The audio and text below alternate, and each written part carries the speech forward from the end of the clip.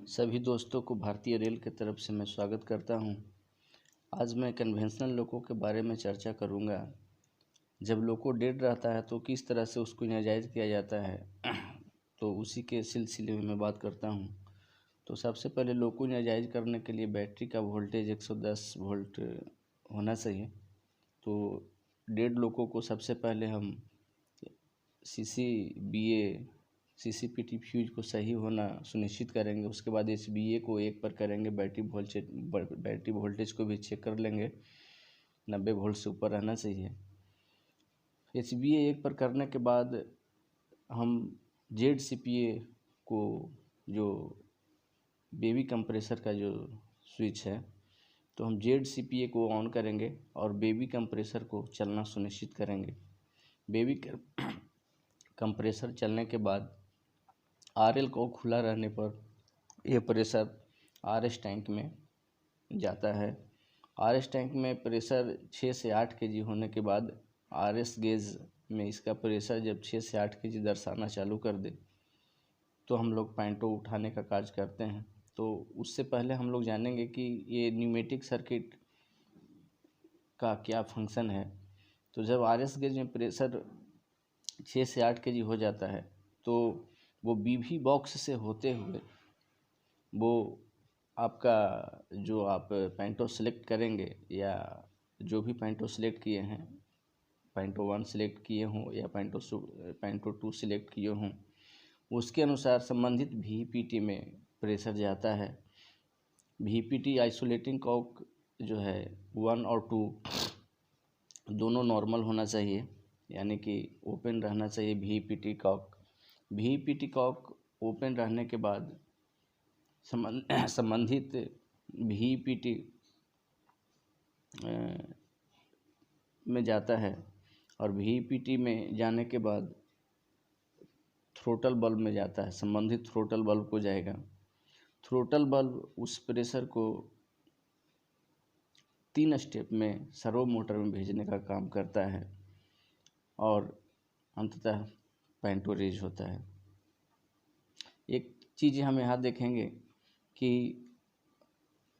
एक control reservoir लगाया गया है जिसका कैपेसिटी 53 लीटर का होता है। तो कंट्रोल रिजर्वायर से ऊपर में आप देख रहे होंगे कि एक R1 कॉक लगा हुआ है और R1 कॉक से ऊपर देख रहे होंगे कि एक NRV लगाया गया है। ये दोनों लगाने का आखिर कुछ न कुछ पर्पस होगा।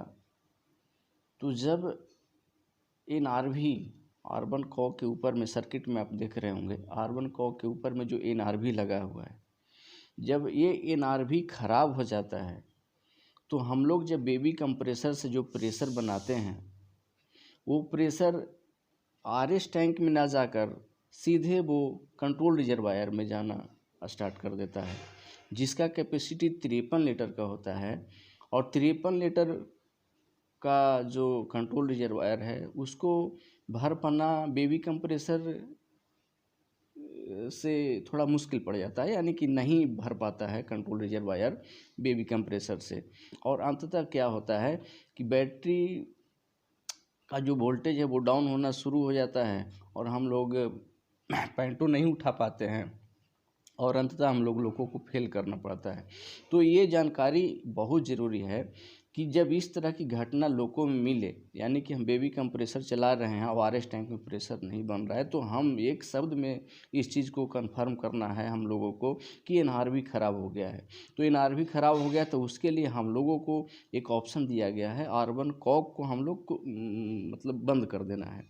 R1 कॉक जैसे ही बंद करेंगे तो हमारा NRV का काम जो कर रहा था, जो NRV बेबी कंप्रेसर का प्रेशर जो कंट्रोल रिजर्वायर में आने से रोकता था, अब R1 कॉक जो है कंट्रोल रिजर्वायर में आने से रोकेगा।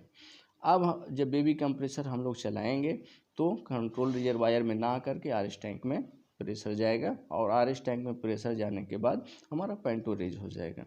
तो हम लोग को सबसे ज़्यादा इस सर्किट में इसी चीज़ पे ध्यान देना है कि जो R1 कॉक के ऊपर NRV है वो ख़राब होता है तो पैंटो नहीं रेज होता है। तो उसी से संबंधित हम लोगों को विशेष चर्चा करना है और सबसे ज़्यादा एक चीज़ और बताना है कि जब हम लोग बेबी कंप्रेसर चालू करते हैं तो ये चीज़ हमको सुनिश्चित करना है कि RL कॉक जो है ओपन रहना चाहिए। अब एक चीज़ हम लोग को और इसमें देखना है कि MR3 टैंक जो है, MR3 टैंक का प्रेशर जो है वो आपका ऑक्सिलरी रिजर्वायर AR और PR में शो करता है, यानी कि AR और PR का जो प्रेशर है वो MR3 का ही शो करता है। इस चीज़ को भी देखना है।